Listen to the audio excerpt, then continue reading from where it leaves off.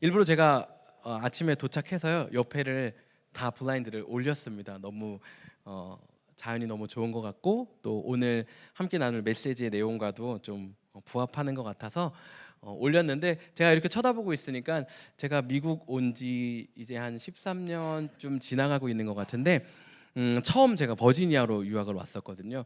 그때 처음 학교에 앉아서 이렇게 커피를 마시고 또 수업을 듣고 강의실을 이동했던 그 약간 뷰와 비슷한 것 같아요. 그러면서 제 대학원 시절이 생각났는데, 한 번은 앉아서 제가 커피를 마시고 있는데 옆에 와서 누가 물어보는 거예요. 여기 앉아도 되겠니? 하고 저에게 물어보는 거예요. 그래서 제가 앉아라고 얘기했거든요. 그랬더니 이분이 오케이, 이상한 표정을 지으면서 가는 거예요. 그래서 내 옆에 앉기 싫은가?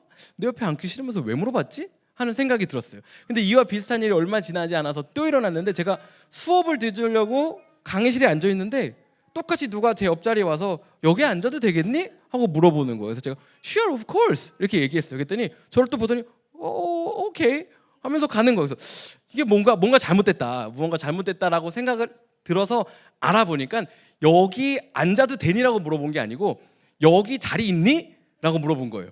근데 제가 yes 하고 of course, sure. 그러니까 그래 알았어. 네 옆에 자리 있는데 뭐 그렇게까지 강하게 얘기해? 하면서 저를 떠나갔던 거죠. 저는 혼자 커피를 마셨고 제 수업 시간에 제 옆자리는 아무도 앉지 않았습니다. 저는 분명히 누가 앉길 바랬는데 안 앉았을 때 당황한 마음이 아직도 기억이 나고, 오늘 이 장면을 보니까 다시금 떠올랐어요. 여러분, 우리 인생에도 자리가 있어요. 내가 앉아야 할 자리가 있고 또 다른 사람이 앉아야 할 자리가 있습니다. 오늘 함께 나눌 메시지의 제목은 그래서 내 자리, 내 임무입니다. 여러분, 오늘 앉으신 이 자리 밑에 손을 넣어보시면 제가 포스트잇을 이렇게 말아가지고 여러분 한 분 한 분의 이름을 적어 놓으려고 했어요. 그런데 오늘 오전이 너무 바쁘고 처음 드리는 예배당이다 보니까 분주해가지고 못 넣었습니다. 여러분, 지금 여러분이 앉은 자리는 여러분의 자리라고 생각합니까? 아니면 요 앞에 자리가 여러분의 자리였을 거라고 생각합니까? 오늘 사실 여기서 어디에 앉느냐는 물론 은혜를 더 받을 수 있다, 은혜를 더 받을 수 없다 하는 그런 얘기가 있을 수도 있지만, 여러분, 그렇게 중요한 내용은 아닐 거예요. 제 강의실에서 제가 혼자 앉았던 그 자리도 그렇게 중요한 얘기는 아닐 거예요. 그런데 우리 인생에서 우리가 있어야 할 자리에 있느냐, 그렇지 않느냐는 사실 아주 중요한 문제가 될 것입니다. 오늘 제가 몇 명의 사람들에 대해서 좀 이야기를 나누려고 하는데요. 첫 번째 나누고자 하는 사람은 아주 유명한 사람이었어요. 그리고 아주 힘도 많은 사람이었어요. 권력이 많은 사람이었고 돈도 많은 사람이었고 주변에 사람도 많은 사람이었어요. 이전에 이 사람을 우리는 왕이라고 불렀어요. 그런데 특별히 이 왕은 헤롯이라는 왕이었습니다. 그런데요, 이 헤롯 왕이요, 인생을 살아가는데 늘 불안함을 가지고 살아갔어요. 늘 두려움을 가지고 살아갔어요. 늘 긴장감을 가지고 살아갔어요. 그런데 그 이유는 뭐냐면, 내가 왕인데 내 자리가 위협받을 수 있다라는 그 긴장감, 그리고 내가 왕인데 좀 더 나의 세력을 넓혀야 한다는 그 긴장감 가운데 살아갔습니다. 그런데요, 마태복음 2장 3절에 보면 어떤 일이 일어나냐면, 헤롯과 온 이스라엘이 난리가 난 거예요. 이제 이거 어떤 일이지? 무슨 일이지? 하면서 난리가 났는데, 그 난리가 난 이유가 뭐냐면, 소동이 난 이유가 뭐냐면, 지금 이 유대 땅 가운데 왕이 났습니다 라는 소식이 들린 거예요. 이 소식이 어디서 들렸냐면, 우리가 너무나도 잘 알고 있는 동방 박사들이 이 헤롯을 찾아와서 지금 이제 이 유대 땅 가운데 왕이 날 건데 어디서 납니까? 좀 알려주십시오 라고 물으니까 이 헤롯 왕이 난리가 난 거예요. 내가 왕인데, 왕이 태어났다고? 그럼 내가 어떻게 해야 되지? 하는 이 긴장감을 가지고 있었는데, 그 소식이 진짜로 들리니까 얼마나 놀랬겠어요. 사람들을 불러 모아요. 성경을 읽다 보면 마치 바로 그러면 떠나고 여기 가서 들리면서 나에게도 알려주세요라고 얘기한 것 같지만 사실 시간이 걸렸을 거예요. 왜냐하면 제사장들도 불렀고 서기관들도 불렀거든요. 그리고 왕이 어디서 태어나? 하고 물어보니까 이 사람들이 얘기하기를 베들레헴에서 태어납니다 라고 얘기하는 거예요. 이 헤롯 왕이 동방 박사들에게 베들레헴에서 태어난대 라고 알려주면서 말하기를, 성경에 야, 너희들 갔다가 경배하고 와서 나에게도 알려줘. 왜냐면 나도 경배하고 싶거든 이라고 얘기하는 거예요. 그런데 실상은 뭐예요? 경배하려는 것이 아니라 죽이려는 거죠. 그런데 이 동방 박사들이 예수님께 경배하고 돌아가려 할 때 꿈에 하나님께서 말씀해 주시는 거예요. 야, 헤롯에게 가지 말고 딴 길로 돌아서 너네 나라로 돌아가라라고 말씀해 주십니다. 그러니까 이 동방 박사들이 다른 길로 돌아가요. 하루도 지나고 이틀이 지나고 충분히 경배하고 돌아왔을 시간이 됐는데 안 오는 거예요. 헤롯에게. 그 동방 박사들이 뭘 깨달아요? 아, 내가 속았구나 라는 걸 깨닫습니다. 깨닫고 나서 이 헤롯이 한 행동, 여러분이 너무나도 잘 아는 행동일 텐데요. 어떻게 했죠? 아이들을 다 죽이라고 얘기합니다. 성경학자들이 성경을 어떻게 해석하느냐에 따라 몇 명의 아이들이 죽었을지에 대한 견해가 조금 갈리기는 해요. 정말 정확히 베들레헴에 있는 아이들만 죽었을 것이다 라고 보는 학자들은 한 20명 정도가 죽었을 거라고 얘기하고, 성경에서 말하는 대로 이 베들레헴과 인근 지대에 있는 아이들까지 다 죽었을 것이다 라고 얘기하면 1000명이 이상 죽었을 거라고 예측하는 학자들도 있어요. 여러분, 어쨌든 20명이든 1000명이든 2살 아래 아이들을 다 죽이라고 합니다.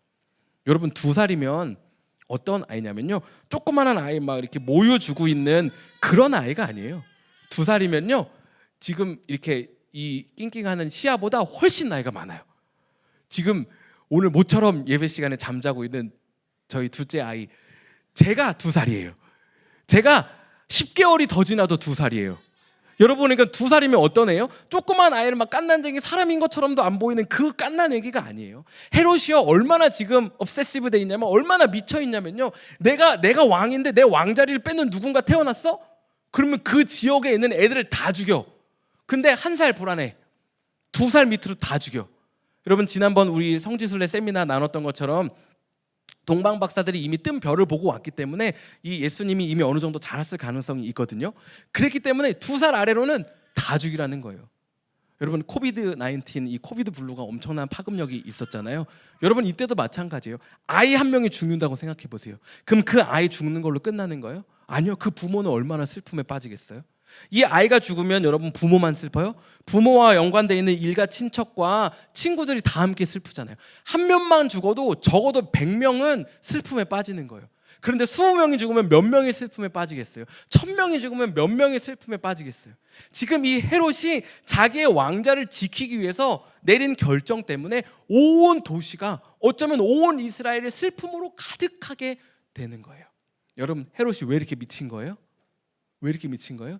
자기 자리가 아닌 것을 지키려고 하다 보니 그렇게 미쳐가는 거예요. 여러분, 자기 자리가 아닌 것을 지키려 하면, 자기 자리가 아닌 것을 지키려고 하면 중독되게 되는 거예요. 사람이 점점 헤어나올 수 없는 그 모습으로 흘러가게 되는 것이고 빠져나가게 되는 것입니다. 여러분, 이 헤롯과 동일한 시기에, 비슷한 시기에 살았던 한 사람이 있어요. 이 성경에 읽다 보면 당연히 알 수밖에 없는 사람인데, 마리아의 남편, 그리고 예수님의 아버지, 아빠, 육신의 아빠 되는 요셉이라는 사람입니다. 근데 이 요셉은 이 헤롯과는 조금 다른 삶의 모습을 살아요. 여러분 잘 아시는 것처럼 마리아에게 하나님께서 천사를 보내셔서 너 이제 아이를 낳을 거야 라고 말씀해 주세요. 마리아가 얼마나 놀랐겠습니까? 저는 아직 결혼도 안 했고 남자를 모릅니다. 그런데 어떻게 아이를 낳아요? 너는 성령으로 잉태된 아이를 낳을 거야 라고 이야기해 주세요. 여러분, 지금 저희는 아무렇지도 않은 것처럼 들을 수 있지만 엄청 심각한 얘기거든요. 그리고 잘 아시는 것처럼 그 당시 이스라엘 문화 가운데 이것이 밝혀진다? 이것은 죽음까지 이르게 할 수 있는 아주 심각한 얘기거든요. 그런데 두려워하지 마. 네 친척 엘리사벳도 나중에 그렇게 나이가 들었지만 아이를 낳았잖아 라고 알려줘요. 그래서 이 마리아가 엘리사벳 집에 가요. 그리고 엘리사벳 집에서 3개월이나 있다가 돌아옵니다. 그리고 성경에 다시 요셉에 대한 이야기로 넘어가는데, 요셉이 이 마리아가 아이를 가진 것을 알게 된 거예요. 그것이 드러나게 된 거예요. 아마 3개월이 지났기 때문에 어느 정도 배가 나았겠죠. 그런데 요셉은 이 마리아가 남자를 알지 못한다고 알고 있어요. 그런데 3개월 동안이나 어딘가를 갔다 왔어요. 그런데 배가 나오기 시작하는 거예요. 얼마나 마음이 불편하겠어요. 그래서 조용히 관계를 끊고자 합니다. 아, 마리아, 세상에 믿을 사람이 한 명도 없구나. 나랑 약혼했는데 어떻게 3개월 동안 도대체 무슨 일이 있었을 거야. 그때 천사가 똑같이 나타나서 요셉에게 뭐라고 말해요? 뭐라고 말씀해 주세요? 야, 성령으로 잉태한 거니까 네 아내 될 이 마리아를 데려오는 걸 두려워하지 마라고 얘기해요. 여러분, 어떤 마음을 가지고 요셉이 마리아를 데려왔을까요? 그리고 성경에 말하기를 이 아이가 나올 때까지 함께 동침하지 않았다라고 얘기하거든요. 여러분, 요셉이 와, 성령으로 잉태했다면서 마리아 가자, 성령으로 잉태했다고 이렇게 했을까요? 아니요. 만약 저라면 불편했을 것 같아요. 이거 맞나? 이게 이렇게 가는 거 맞아? 내 인생 이렇게 가야 돼? 안 될 것 같은데. 성령으로 잉태한 것도 사실 좀 불편하고, 성령으로 잉태한 아이가 어떻게 살 건지도 좀 불편하고, 내가 이 아이를 어떻게 돌봐야 하는지는 완전 투머치 프레셔고 못할 것 같은데, 힘들 것 같은데 하는 마음이 들 수 있잖아요. 그런데 어떻게 해요? 요셉이 그 마리아를 데리고 오는 거예요. 요셉은 자기가 있어야 할 자리를 아는 거예요. 자기의 역할이 뭔지 아는 거예요. 그런데 헤롯은 그걸 모르는 거죠. 여러분, 이후에도 성경에 나타난 말씀을 보면 이 동방 박사들이 오고 간 다음에 이제 헤롯이 이 아이들을 다 죽이려고 하니까 하나님이 천사를 보냈어요. 그래서 야, 이제 애굽으로 좀 도망가라고 말씀하십니다. 그러면 요셉이 어떻게 반응했을까? 하나님 무슨 말씀이세요? 제가 이 성령으로 잉태한 이 마리아 데려오는 것도 저 쉽지 않았고요. 그리고 이 임신한 이 아내를 데리고 이 베들레헴 땅까지 호적하러 데리고 오는 것도 쉽지 않았습니다. 그리고 저 쉬운 곳에서 좋은 시설이 있는 병원에서 아이 낳은 것도 아니에요. 저 나름 마음 힘들었어요. 그런데요, 이 예수라는 이 아이, 성령으로 잉태한 아이가 태어나고 나니까요, 좀 인생이 바뀔 것 같아요, 하나님. 왜냐면요, 제가 가만히 앉아 있었거든요. 어디 가서 제가 야, 이 사람 이런 아이가 우리 집안에서 태어날 거야 얘기 안 했는데, 애가 태어나는데 누가 똑똑똑똑 방문을 두드리고 들어오는데 갑자기 막 예물들을 가지고 오는 거예요. 우리가 밖에서 양치고 있었는데 하나님께서 우리에게 이 예수가 태어날 걸 알려주셨다고 막 예물을 갖고 오는 거예요. 막 기뻐하고 찬양하는 거예요. 긴가민가 했거든요. 그런데 얼마 지나지 않아서 또 시간이 좀 흘렀는데 저 먼 동방에서 막 엄청 값비싼 예물들을 가져와서 엎드려서 절하는 거예요. 이 애가 왕이 될 거래요. 하나님, 그러면 제가 뭐가 됩니까? 왕의 아빠가 되는 거예요. 하나님, 저는 지금부터 사람을 모으고 섭정을 준비해야 합니다. 이 아이가 크기 전까지 제가 힘도 좀 모으고 돈도 벌고 지금까지 고생한 거, 좀 마음 불편했던 거 이젠 좀 채워야 하지 않겠습니까? 이렇게 하지 않아요. 왜요? 그게 요셉의 자리가 아니었거든요. 요셉은 어떻게 해요? 하나님이 말씀하여 주시는 그곳으로 가는 거예요. 애굽으로 가는 거예요. 마리아를 데려오고 가정을 데리고 그 아이를 데리고 또 아무것도 없는, 인생이 준비되어 있지 않는 막막한 깜깜한 그 애굽 땅으로 가는 거예요. 왜요? 그것이 요셉에게 미션, 임무였고 그것이 요셉의 자리였기 때문입니다. 여러분, 인생 가운데 가장이라는 그 가장의 자리는요, 내 마음대로 막 하는 게 아니라 하나님 뜻에 순종하여 사는 것이 바로 가장의 자리인 것입니다. 여러분, 이 헤롯의 삶과 이 요셉의 삶이 다른 거예요. 헤롯은 내 자리가 아닌 것, 내 임무가 아닌 것을 지키기 위해서 obsessive 돼 있는 모습을, 중독된 모습을 계속 보이는 거예요. 그런데 요셉은 그렇게 안 해요. 얼마든지 가질 수 있는 모양새인데도 불구하고 인생의 자리에서 계속 포기하는 모습을 보이고 있는 것입니다. 여러분, 너무나도 잘 아는 세례 요한도 마찬가지예요. 여러분, 세례 요한이 엄청 인기가 있었어요. 사람들이요, 세례 받으려고, 침례 받으려고 줄을 쓰는데 여기서 저기 보이는 저 호수보다 더 먼 긴 줄을 쓰는 거예요. 왜요? 침례 요한 만나서 침례 한번 받아보겠다고. 얼마나 어깨가 뿜뿜 했겠습니까? 여러분, 저도 그런 느낌을 느낀 적이 있거든요. 처음 설교를 하는데 갑자기 성도님들이 나오면서 어머, 전사님 은혜 받았어요 이러는데 제 마음에 기분이 좋더라고요. 그리고 한 번은 대예배에서 설교를 했는데 처음으로 전도사 시절에 갑자기 보통 그냥 이렇게 쭉쭉 빠져나가시는데 제가 설교가 끝나고 나니까 줄을 정말 저 연못까지 선 건 아니고 적어도 여기서 저희 메인 게이트 정도까지 사람들이 줄을 서서 저랑 악수하고 인사하겠다고 기다리고 있는 거예요. 진짜로. 네. 여러분 지금 표정은 보통 나도 뭐 얘기를 하면 보통 줄을 그 정도 서 약간 그런 마인드신데 저는 기분이 되게 좋더라고요. 내가 설교하고 내려왔는데 줄을 이만큼이나 서 있네. 미국 와서 메시지 전할 때도 막 가끔 새벽 예배를 제가 이렇게 순서가 안 돼서 몇 번 쉴 때면 막 성도님들이 카톡을 보내는 거예요. 목사님 언제 설교하시나요? 목사님 설교를 기다리고 있습니다. 내 설교를 기분 좋은데 막 이렇게 이런 기분을 아주 조금 느꼈거든요. 그런데 이 세례 요한은 제가 지금 말하는 것과는 비교도 안 되는 거예요. 사람들이 다 몰려오는 거예요. 그리고 와, 설마 이 사람이 성경에 써 있는 그 메시아 아니야?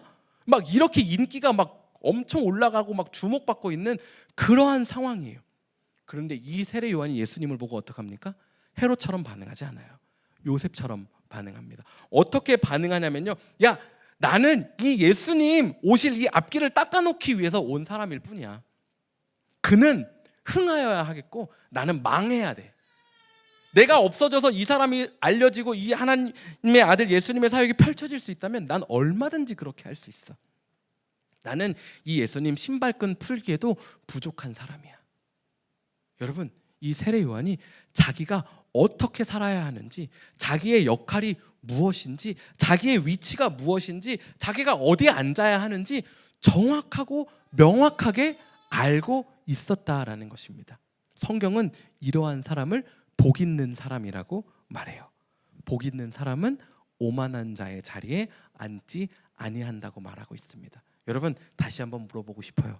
지금 여러분이 앉아 있는 그 자리, 여러분의 자리가 맞습니까?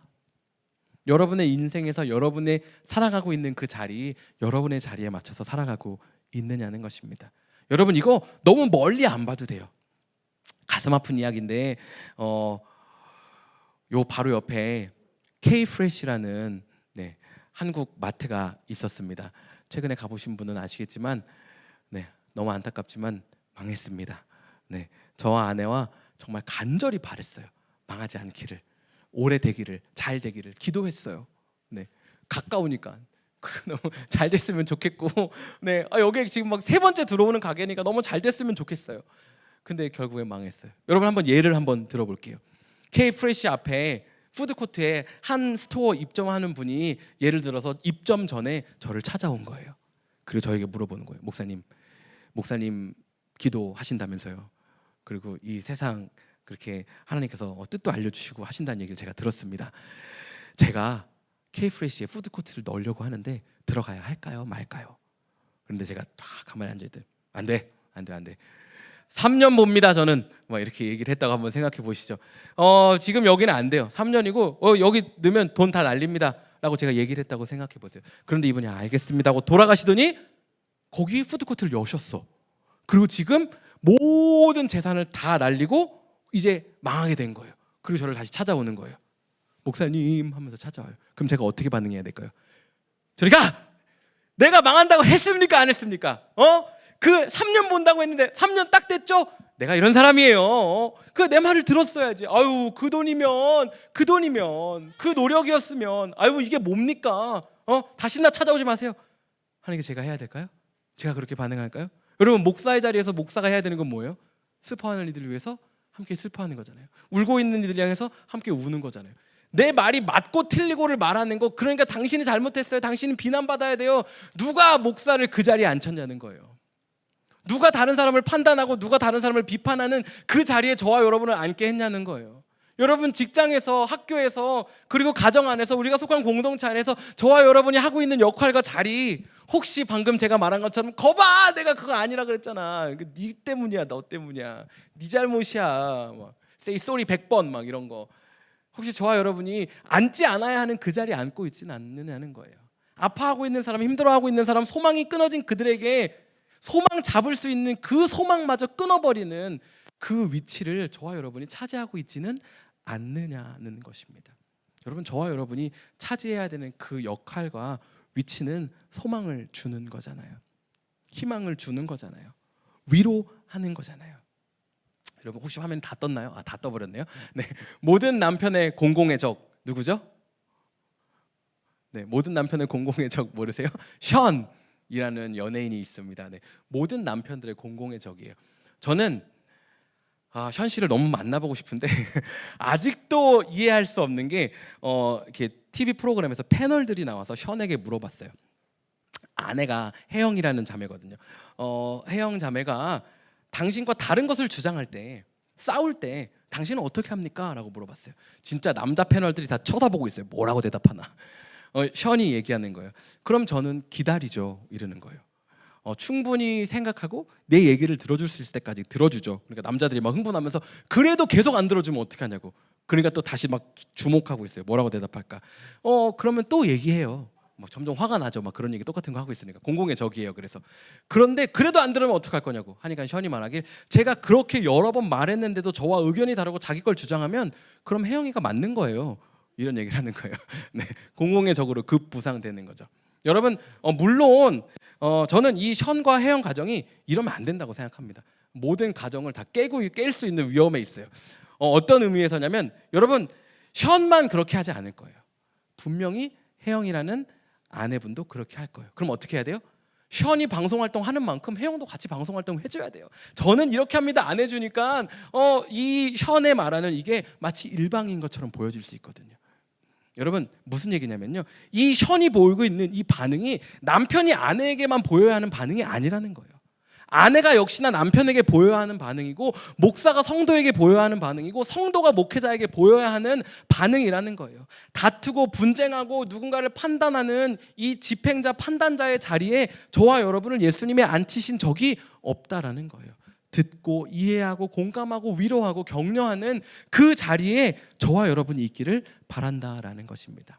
여러분 이렇게 미션을 완벽하게 수행하신 분이 바로 예수님이세요. 여러분 예수님이 이 땅 가운데 오셨어요. 그리고 자라나십니다. 그리고 사역을 시작하세요. 예수님이 힘이 있어요. 파워가 있어요. 권능이 있어요. 앉은 사람이 막 일어나요. 눈 못 보던 사람이 예수님이 만지니까 눈을 떠요. 여러분 이런 일들이 막 계속해서 일어나는 거예요. 아픈 사람, 죽었던 사람도 살아나는 거예요. 여러분 예쁜교회 예배 드리는데 제가 이제 신유 사역을 막 하겠다고 했는데 정말로 평생을 눈 못 보던 사람들이 와서 제가 기도를 했는데 눈을 뜨는 거예요. 여러분 그러면 저희 다음 주에 여기서 예배 못 드립니다. 여기 자리가 부족할 거예요. 아마 엄청날 거예요. 달라스 캐롤튼에 있는 웬만한 사람들은 여기 다 올 거예요. 마음이 아픈 사람들, 몸이 아픈 사람들 다 찾아올 거예요. 불안 때문에 힘들어했던 사람들, 우울 때문에 힘들어했던 사람들, PTSD 때문에 힘들었던 사람들 제가 터치 하면 막 넘어지고 다음날 다 없어져요. 그게. 그럼 아마 여기 사람들이 막 차고 넘치겠죠. 예수님이 오셔서 그런 일들이 일어나는 거예요. 예수님이 어디 갈 때마다 사람들이 막 5천 명씩 따라오는 거예요. 남자만. 근데 그 사람을 막 다 먹여요. 그러니까 사람들이 와 예수님이 왕 돼야 된다. 예수님이 왕 돼야 돼. 예수님 왕으로 삼자. 막 몰려드는 거예요. 막 실제 움직임들이 있는 거예요. 그런데 예수님이 어떻게 하세요? 그렇지. 내가 왕 돼야지. 이 정도 되면 내가 왕 될 수 있지. 헤롯 가면 다 불러와. 내 사람들 더 많지. 헤롯 가면 더 불러와. 그때 나 죽이려고 했던 그 라인들 다 세워. 감옥에 넣어버리고 고통 주고 어느 정도 힘이 더 쌓인 다음에 제사장들 불러, 서기관들 불러. 그때 나한테 반대했던 애가 얘야? 감옥에 넣고. 이렇게 안 하는 거예요. 어떻게 해요? 예수님이 십자가에 달려 죽으세요. 바로 앞에서 비난하는 그 사람 앞에서도 야 내려와서 우리 좀 혼내봐봐. 네가 정말 하나님의 아들이야? 막 창을 던지고 있는 그 사람 앞에서도 창을 맞고 가만히 있는 거예요. 왜요? 그게 예수님 역할이었어요. That was his mission. 그게 하나님이 예수님에게 부여해 주신 그 미션과 그 자리였던 거예요. 그러니까 그 자리를 지키는 거예요. 여러분, 저와 여러분은 어떠세요? 저와 여러분의 삶 가운데 인생의 주인은 누구세요? 저를 다스리고 있고 여러분을 다스리고 있는 분이 누구시냐는 거예요. 여러분 우리 인생을 우리가 다스리잖아요. 그러면 선한 게 나올 리가 없어요. 왜요? 세상은 내가 더 가지라고 하잖아요. 여러분 세상의 자리는 사람은 4명인데 늘 의자는 3개거든요. 다 앉고 나면 그 다음에 어떻게 바뀌어요? 사람은 3명인데 의자는 2개로 바뀌어요. 그 다음에 또 앉고 나면 어떻게 바뀌어요? 사람은 2명인데 의자는 하나로 바뀌어요. 그러니까 얼마나 치열하게 살아야 돼요? 그럼 어떻게 살 수밖에 없어요? 헤롯처럼 obsessive하게 살 수밖에 없는 게 바로 이 세상의 마음인 거예요. 예수님이 우리 마음 가운데 좌정하고 계시면 어떻게 돼요? 예수님 뜻대로 살아가게 되는 거예요. 우리 안에 예수님이 차 있어야 예수님이 나오는 거라는 거예요. 여러분 오늘 예배 끝나고 저를 한번 찔러보세요. 뭐가 나올까요? 진짜 찌르시지 말고 수사학적인 예였어요. 저를 찌르면 뭐가 나올까요? 피가 나오겠죠. 무슨 색일까요? 빨간 피가 나올 거예요. 여러분 제가 여기 물을 놨는데 이거 빵꾸 뚫으면 뭐 나올까요? 물 나올 거예요. 무슨 색일까요? 하얀색 아니고 투명한 물이 나오겠죠. 여러분, 예수님 믿는 사람 찌르면 뭐가 나와야 돼요? 예수님 향기가 나와야 되는 거예요. 내 안에 악독과 시기, 질투와 원망과 불안과 우울함으로 가득 찬 인생, 나의 고집이 가득 찬 인생이 아니라 내 인생 가운데 예수님이 가득 차서 누군가 날 찌르면 날 다스리고 있는 그 예수님의 모습이 흘러나가야 되는 거예요. 여러분, 저를 여기서 찌르면 빨간 피가 나오고 여기서 찌르면 파란 피가 나올까요? 아니요. 어디를 찔러도 빨간 피가 나오는 거예요. 여러분, 제가 여러분이 있어야 할 자리는 그 예수님의 보혈이 흘러나오는 그 자리에서 그 미션으로 살아가야 하는 거예요. 누가 어떤 상황에서 어떻게 찔려도 예수님 나오는 그런 저와 여러분 되면 좋겠어요. 그게 어떨 때만 가능하다고요? 예수님이 내 인생의 주인일 때. 헤롯은 자기 인생의 주인을 자기로 삼았어요. 내가 더 하다 보니까요 중독되는 거예요.